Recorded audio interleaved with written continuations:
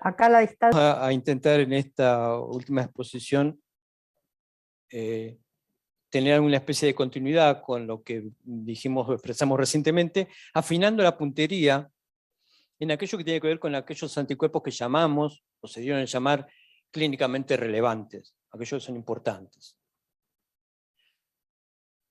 Entendemos o definimos a los grupos sanguíneos como aquellas expresiones polimórficas de la membrana eritrocitaria, que están definidos como tales, que alcanzan su jerarquía, su estatus de antígeno, solo en la medida de que se haya demostrado que hay un anticuerpo que es capaz de interactuar con él. No va a alcanzar que este antígeno sea una sustancia químicamente, una macromolécula químicamente compleja para definirlo como tal. Si esa macromolécula químicamente compleja no demostró desafiar el sistema inmune de nadie para inducir la formación de un anticuerpo contra él, entonces esa sustancia macromolecularmente importante no es un antígeno.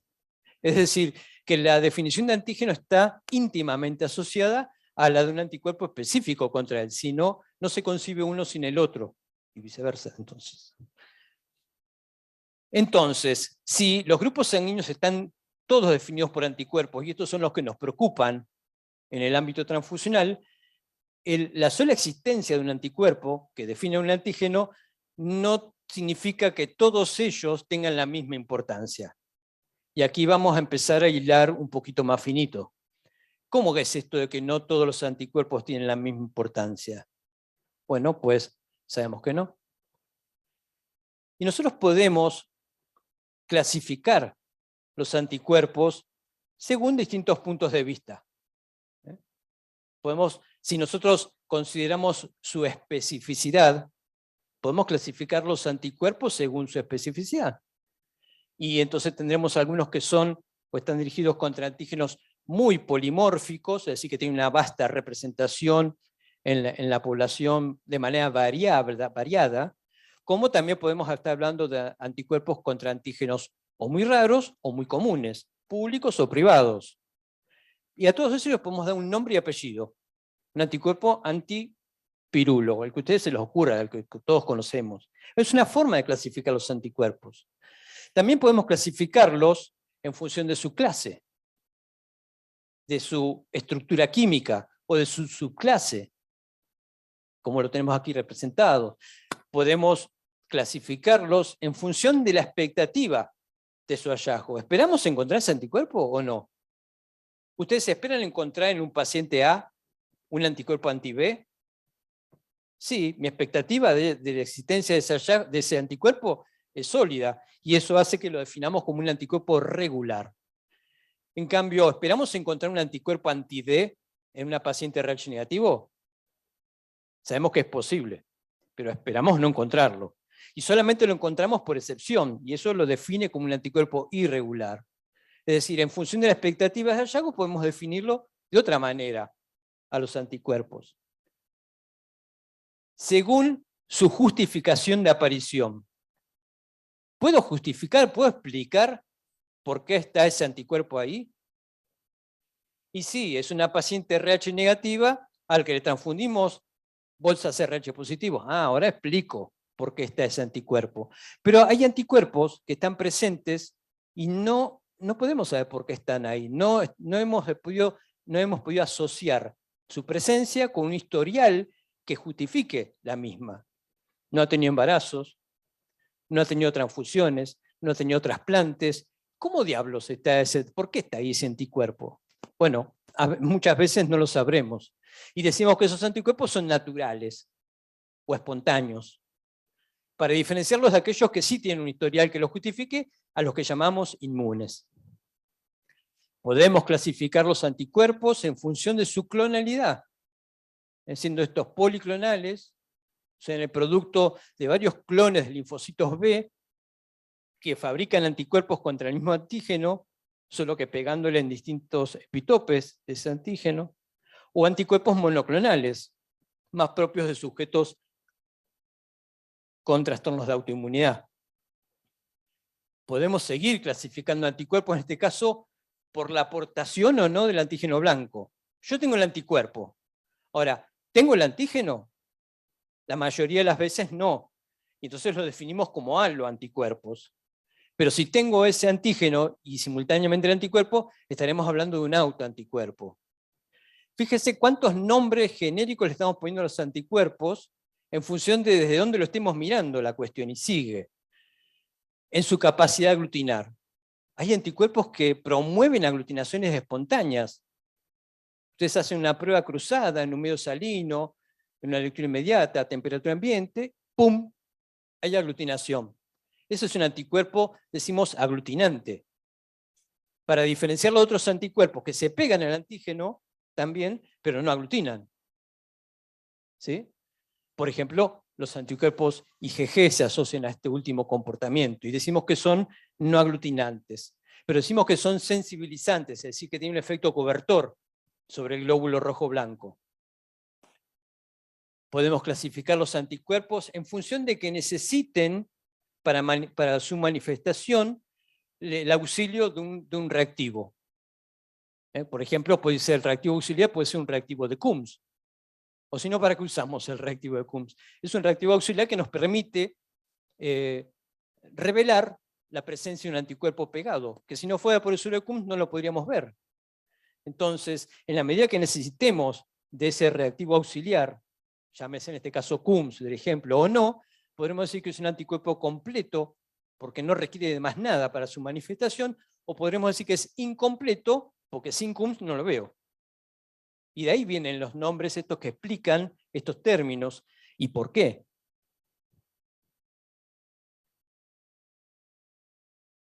También en función de su comportamiento serológico. Hay anticuerpos que reaccionan en medios salinos y vincula a lo que estábamos diciendo un poco recién, ¿no?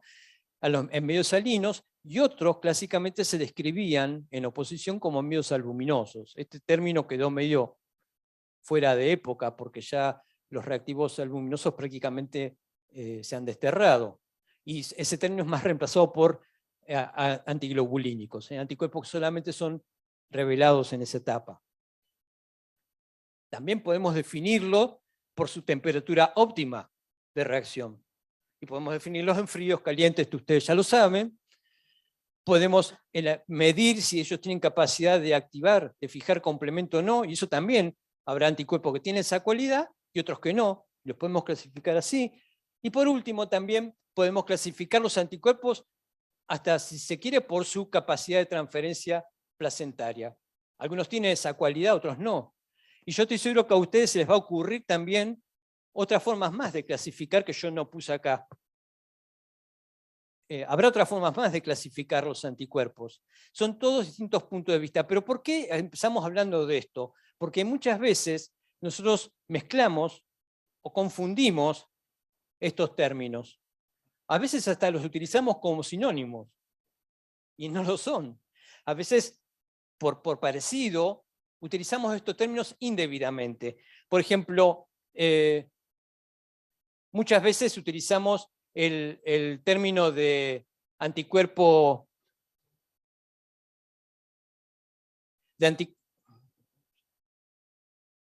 estaba tocando otro botón. A veces utilizamos el término de anticuerpo irregular y esto lo vemos como algo opuesto a un anticuerpo natural. Y no son opuestos. Puede haber anticuerpos que son irregulares y naturales. Es decir, no confundamos los términos. Lo decimos como una forma de uniformalizar el léxico con el que nos vamos a manejar, porque de otra forma puede llamarse a error. Y hablando de errores, hasta tenemos formas de clasificar los anticuerpos que también son equivocadas. ¿O ustedes nunca escucharon hablar de un anticuerpo inespecífico? ¿Existen? No, me dicen por ahí. Pero yo creo que algunos de ustedes dudan de esto todavía. Siempre han dicho, yo vi anticuerpos inespecíficos. No, podemos decir en todo caso, no hay nada que se oponga más a la definición de un anticuerpo que hablar de su inespecificidad. Todo anticuerpo es específico por definición de tal, más allá de mi capacidad de poder demostrar cuál es su antígeno blanco. Pero el hecho de que yo no sepa cuál es su antígeno blanco no me habilita a decir que es culpa de ese anticuerpo que es un inespecífico. En todo caso, forma parte de mis limitaciones en algunos casos. Pero decimos esto porque muchas veces detrás de ese término de inespecífico se oculta subrepticiamente el concepto asociado de que por inespecífico no debe ser importante. ¿No? ¿O no? ¿Nunca escucharon? ¿Nunca se les insinuó esta idea de que un anticuerpo inespecífico? No le des bola. Es inespecífico él. ¿No saben? Bueno, pero esto no es así. Sin embargo, forma parte del folclore que yo estoy seguro todos escuchamos muchas veces. De la misma forma que todos habremos escuchado hablar de panaglutininas, ¿o no? ¿Cómo?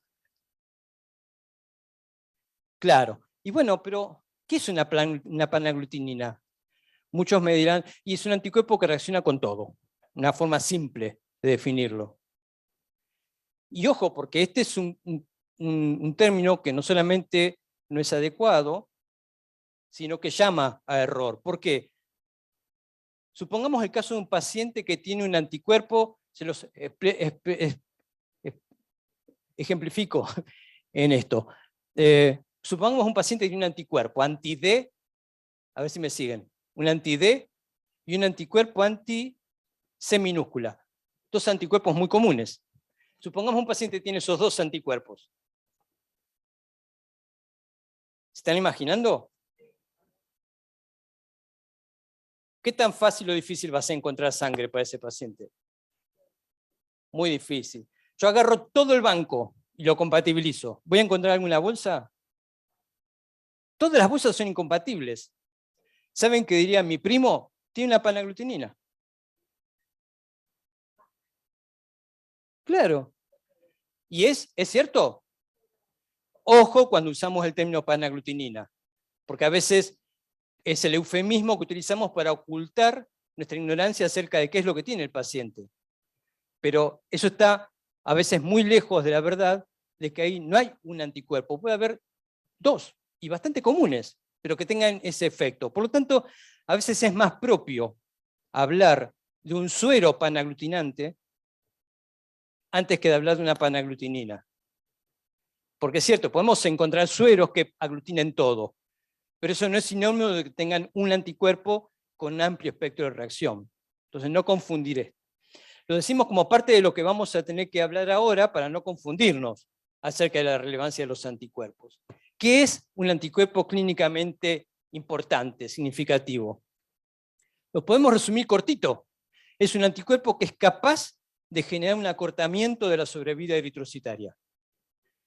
Si satisface con esta definición, es un anticuerpo clínicamente importante. Produjo un acortamiento de la sobrevida de los glóbulos rojos, no importa si lo hizo en 1 hora o en 10 días. Si produjo un acortamiento, ese anticuerpo es importante, clínicamente.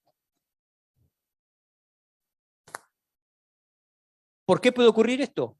Puede ocurrir esta circunstancia como consecuencia de transfusiones, incompatibilidades materno-fetales, la presencia de autoanticuerpos y, por supuesto, también trasplantes.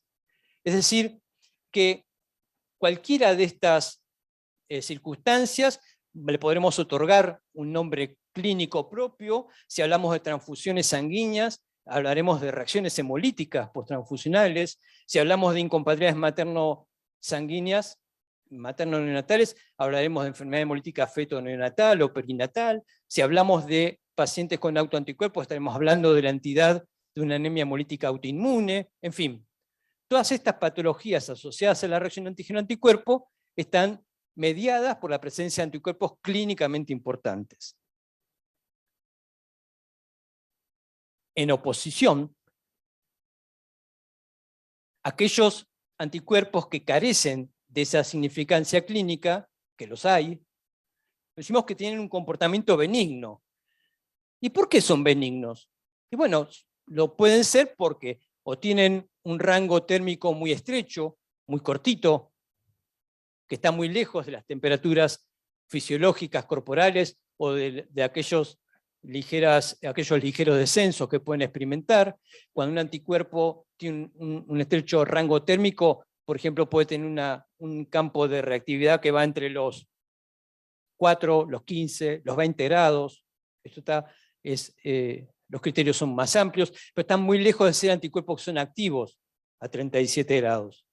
Un anticuerpo decimos que es benigno cuando es incapaz de activar el complemento.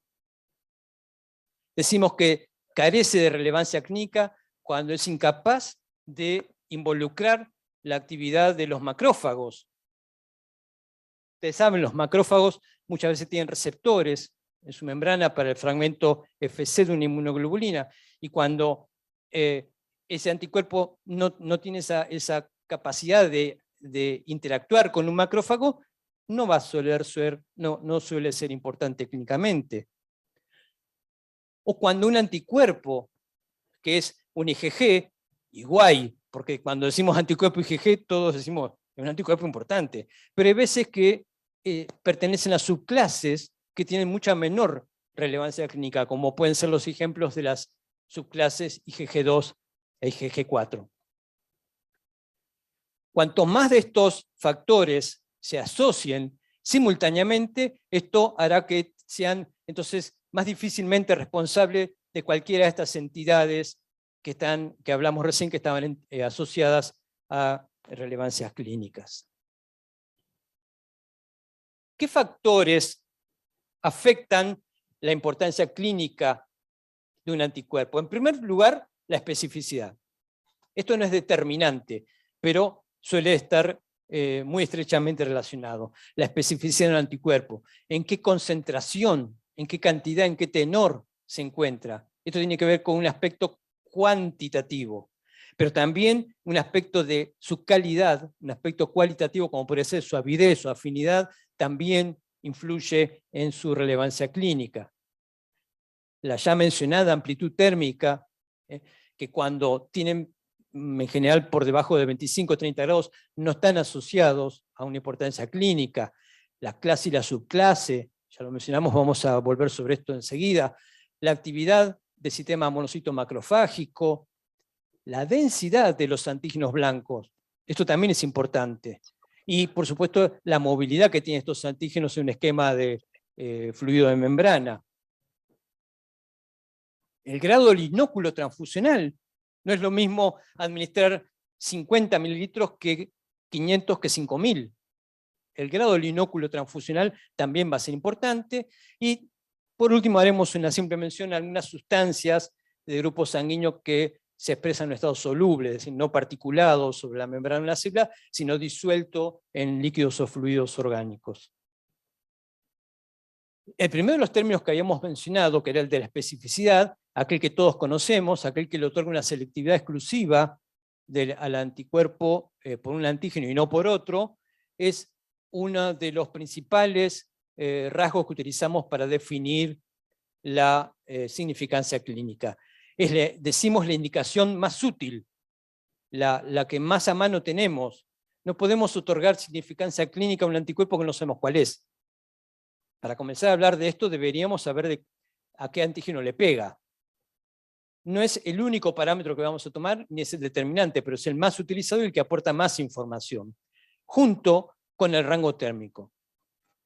Con ambos podemos establecer con una probabilidad de acertar muy aceptable cuál es la especificidad, cuál es la significancia clínica de un anticuerpo. Perdón. Si tenemos un anticuerpo que no detectamos en pruebas que después de la incubación a 37 grados no lo detectamos, pero ese anticuerpo está, muy probablemente ese anticuerpo no tenga una relevancia clínica. Y, por supuesto, vamos a hacer mención a los anticuerpos ABO como, por supuesto, los más importantes de todos, y son anticuerpos que tienen una actividad térmica óptima en los 4 grados. Sin embargo, tienen un tan amplio rango térmico que los hace, desde luego, los anticuerpos más importantes desde el punto de vista. Si vamos a hablar de la especificidad como el primer parámetro con el que vamos a asociar esto, vamos a decir que hay algunos que son clínicamente muy importantes. Ya lo sabemos de antemano, no lo discutimos ya más en todo el mundo. Estos que están aquí mencionados son anticuerpos que son clínicamente muy importantes. Como también tenemos en la otra punta de la escala, también fuera de toda discusión, anticuerpos que decimos que son clínicamente benignos. Estos nunca han demostrado producir acortamiento de la sobrevida globular. Existen, pero la verdad que aun cuando transfundamos sangre antígeno positivo, no mueve la aguja de la reacción hemolítica. Y en el medio tenemos algunos otros, algunos que solamente adquieren propiedades importantes cuando son activos a 37 grados. Estos normalmente no lo son, pero si son activos a 37 grados, ojo al piojo, sí pueden ser importantes. Y hay algunos otros que solamente en ocasiones adquieren relevancia clínica. A veces son significativos, otras veces no. Esto en lo que provee el conocimiento de la especificidad. Aquí tenemos, por ejemplo, yo en honor del tiempo no me voy a poder detener mucho, porque me quedan poco más de 5 minutos, pero se los voy a dejar como parte de algunos protocolos orientadores. Esto no es determinante, simplemente sugerentes, son orientadores acerca de qué conductas tomar si se trata de tal o cual anticuerpo. Esto lo podemos dejar para que en todo caso después se analice. Ya vimos el anticuerpos fríos o calientes. Aquellos calientes son los que tienen su punto óptimo a los 37 grados. Me estoy refiriendo a los clásicos anticuerpos IgG. Y los fríos, que son los IgM, ya sabidos por nosotros, tienen su punto óptimo en los 4 grados. Ahora, el concepto de rango térmico es algo mucho más amplio. Yo puedo decir que un anticuerpo tiene su punto óptimo en los 4 grados, ¿sí? Pero eso no significa que no sea capaz de actuar fuera de esa temperatura, solo que lo hace más perezosamente en la medida que calentamos el entorno. Y lo mismo ocurre con los anticuerpos cálidos, que se reaccionan óptimamente a 37 grados, pero también lo hacen con una menor actividad a temperaturas menores. Fíjense que, por ejemplo, aquí tenemos descritos los anticuerpos del sistema ABO como aquellos que tienen un tan amplio rango térmico que es lo que le otorga su significancia clínica. Recordar esto, que no es lo mismo hablar de punto térmico óptimo, no es sinónimo de rango térmico. Rango térmico es la brecha de temperaturas o de grados entre los que es capaz de actuar un anticuerpo dado. Sabemos que existen muchos tipos de inmunoglobulinas, 5 tipos, pero también sabemos que solamente 3 de esos grupos son los que pueden estar incluidos en el repertorio inmunohematológico. No hay en inmunohematología anticuerpos de clase IgD ni IgE. Son típicamente IgG o IgM, y en ocasiones pueden estar acompañados de anticuerpos IgA, pero son más raros estos últimos.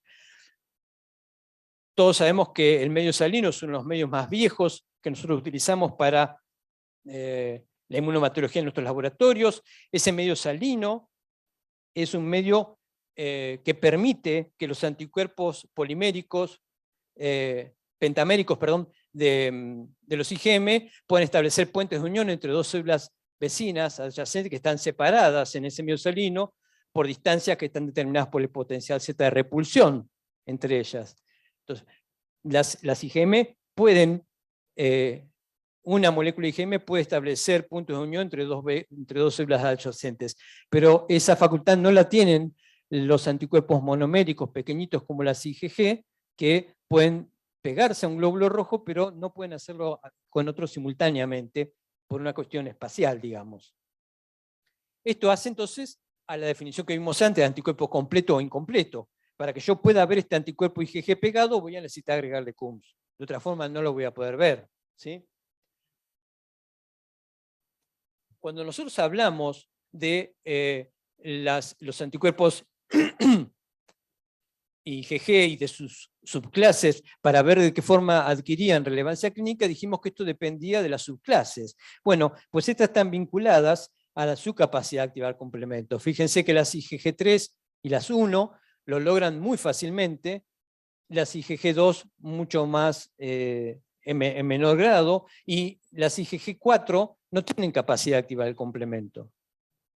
En lo que tiene que ver con la unión a receptores presentes en los macrófagos para el fragmento Fc de esa inmunoglobulina, una vez más las IgG3 y las 1 son aquellas que se llevan los laureles, y las IgG4 tienen un mucho menor grado de actividad, y ahora son las IgG2 las que los receptores no expresarían, los macrófagos no expresarían receptores para el fragmento Fc de esa subclase. Yo no me voy a detener en lo que es los mecanismos de reacciones hemolíticas, pero sabemos que cuando un anticuerpo clínicamente es importante, lo es porque es capaz de ocasionar esta patología, ya sea en sus versiones de hemólisis extra o intravascular. Me voy a apurar en esto porque me queda poquito tiempo. Pero sabemos que de los efectos deleterios que pueden llegar a ocurrir, que pueden conducir inclusive hasta la muerte en los casos más severos. Lo mismo en la patología que significa la enfermedad hemolítica feto-neonatal, de la que hoy hemos hablado bastante, y lo han hecho en detalle quienes me precedieron en el uso de la palabra. No vamos a hablar de esto. Permítame que pase esto más rápido. Lo mismo en las pruebas cruzadas, de los bebés ya hablamos también de esto. ¿Qué es lo que vamos a necesitar? Si no hay anticuerpos, en la madre, podemos transfundir isogrupo, etc., hasta los 4 meses de edad. Si hay anticuerpos, esto nos va a obligar a transfundir hematíes 0 sin el antígeno blanco. Si la prueba de cumulativa es positiva, ojo, no podemos seguir, hasta que no sepamos por qué es positiva, no podemos seguir transfundiendo o pretendiendo transfundir a este niño. Sí me voy a detener un poquito en esto porque de esto no hablamos hoy, que tiene que ver con la anemia hemolítica autoinmune, es decir, con la presencia de anticuerpos contra determinantes propios. ¿Qué pasa con estos pacientes, con estas anemias hemolíticas autoinmunes? Nosotros desde nuestros servicios de medicina transfusional vamos a intentar aportar 2 grandes cosas. Vamos primero a intentar contribuir al diagnóstico. En la medida que nosotros podamos decir, por ejemplo, por qué este paciente tiene una prueba de CUM directa, cuál es la actividad del suero de CUM responsable de esta positividad, si es un IgG, si es un IgM, si interviene el complemento, si no lo hace, si podemos demostrar la presencia de crioaglutininas o no. Bueno, todo esto va a contribuir al diagnóstico. Y en la medida que nosotros lo logremos, también esto va a condicionar cuál es el tratamiento farmacológico de elección que van a tener para este paciente. Es decir, este es un gran aporte nuestro del diagnóstico inmunohematológico. De alguna forma va a condicionar cómo va a ser tratado ese paciente. El segundo objetivo de nuestra intervención va a intentar ahora contribuir a la seguridad del tratamiento transfusional cuando este sea necesario. Vamos a hacer lo posible para contribuir a brindar garantías de seguridad transfusional. ¿De qué manera? Estos autoanticuerpos, que son de amplio rango de acción, en el sentido de que reaccionan frente a la inmensa mayoría de las células, nos ofrecen un problema serológico.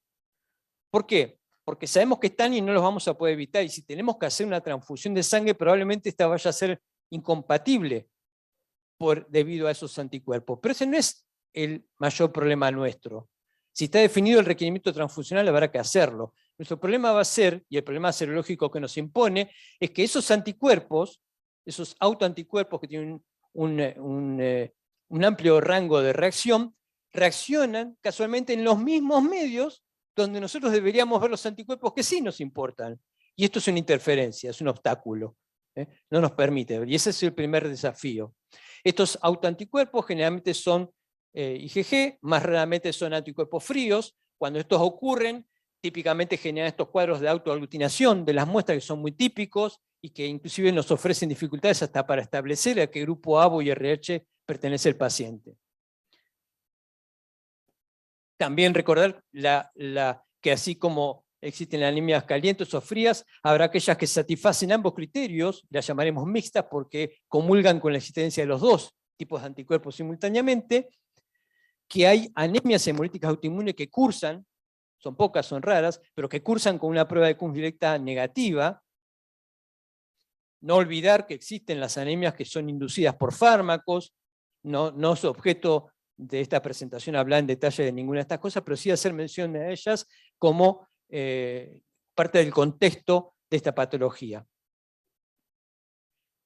tenemos que reconocer cuál es el autoanticuerpo, cuál es ese antígeno blanco que es común a todos los donantes de nuestro banco. No deberíamos poner demasiado esfuerzo en eso.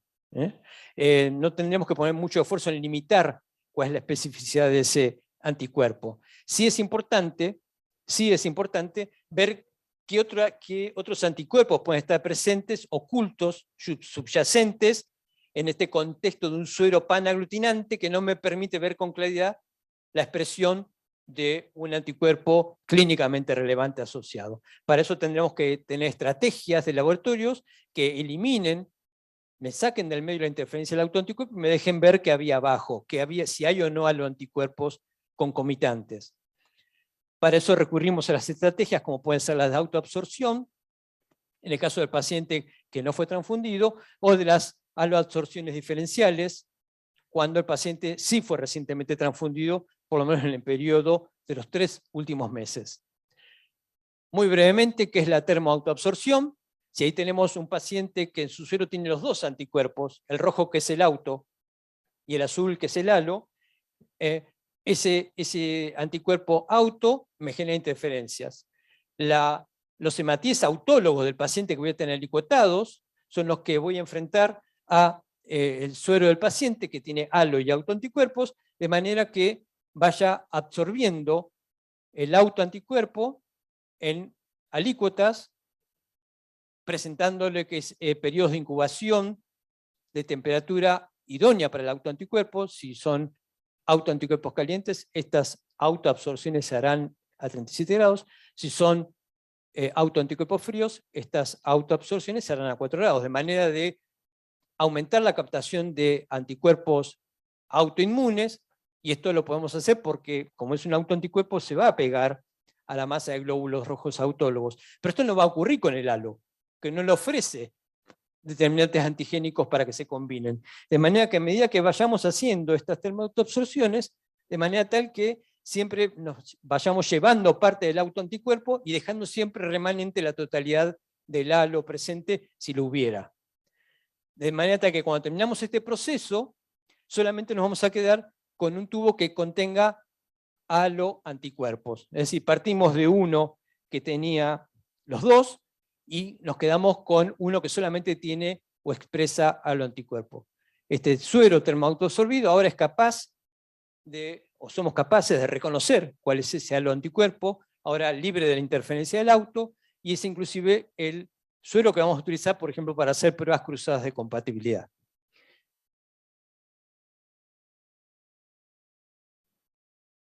¿Cuáles son los riesgos de estas transfusiones en los pacientes con anemia multiple autoinmune? Son pacientes de muy alto riesgo transfusional. Tienen un riesgo mayor que otros pacientes asociados. ¿Y por qué? Parte de ese riesgo está relacionado con la presencia de haloanticuerpos. No es raro que estos pacientes tengan haloanticuerpos, es harto frecuente que los tengan. No menos de la tercera parte, dependiendo de las poblaciones que han sido sujetas a estudio, no menos de la tercera parte de estos pacientes tienen un halo anticuerpo. Es decir, que la posibilidad, el evento de la presencia de un halo y un auto simultáneamente, no es raro, es frecuente. Entonces, hay un riesgo relacionado a su presencia, riesgos relacionados que tienen que ver con los autoanticuerpos. Sabemos que esos riesgos para el autoanticuerpo están relacionados con el aumento de la masa de glóbulos rojos que le ofrezcamos.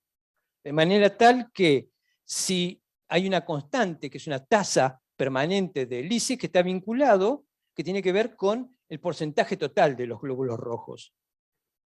Cuanto mayor sea el número de glóbulos rojos que yo le ofrezca, mayor se prevé que va a ser la tasa, la cantidad de glóbulos rojos lisados por unidad de tiempo.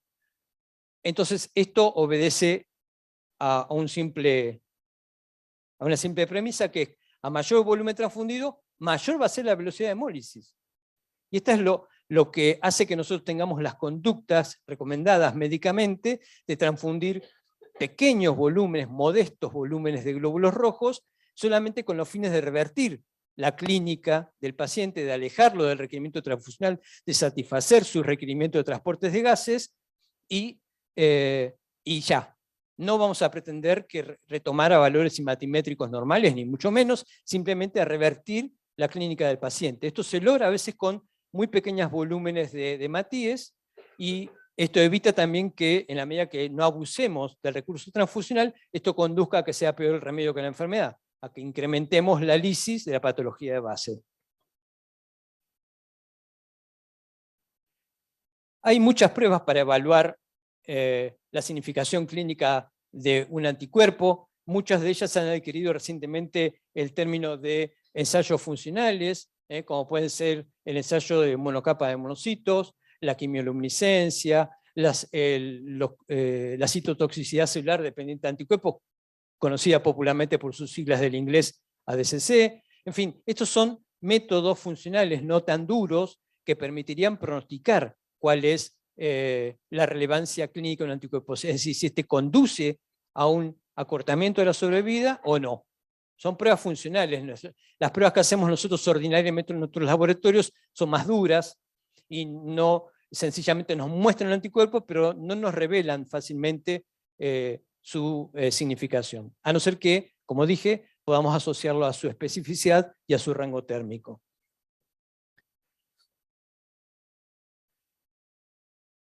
¿Tengo 2 minutos? ¿2? Gracias. Habrá algunos casos particulares, como pueden ser hay casos de pacientes que no podemos saber con certeza qué relevancia clínica tiene porque ni siquiera sabemos cuál es el anticuerpo. No pudimos identificarlo por distintas causas. No podemos identificar un anticuerpo. En esos casos, no olvidarse que si el paciente, estamos hablando de aloanticuerpos, ¿no? La donación autóloga es un recurso. Es decir, que el paciente pueda satisfacer, en la medida que su condición clínica lo permita, satisfacer ser él mismo de su propia sangre. Escarbar entre miembros de la familia, generalmente entre hermanos, ahí encontraremos mayor chance de encontrar individuos que sean semejantes a él, es decir, compatibles con él.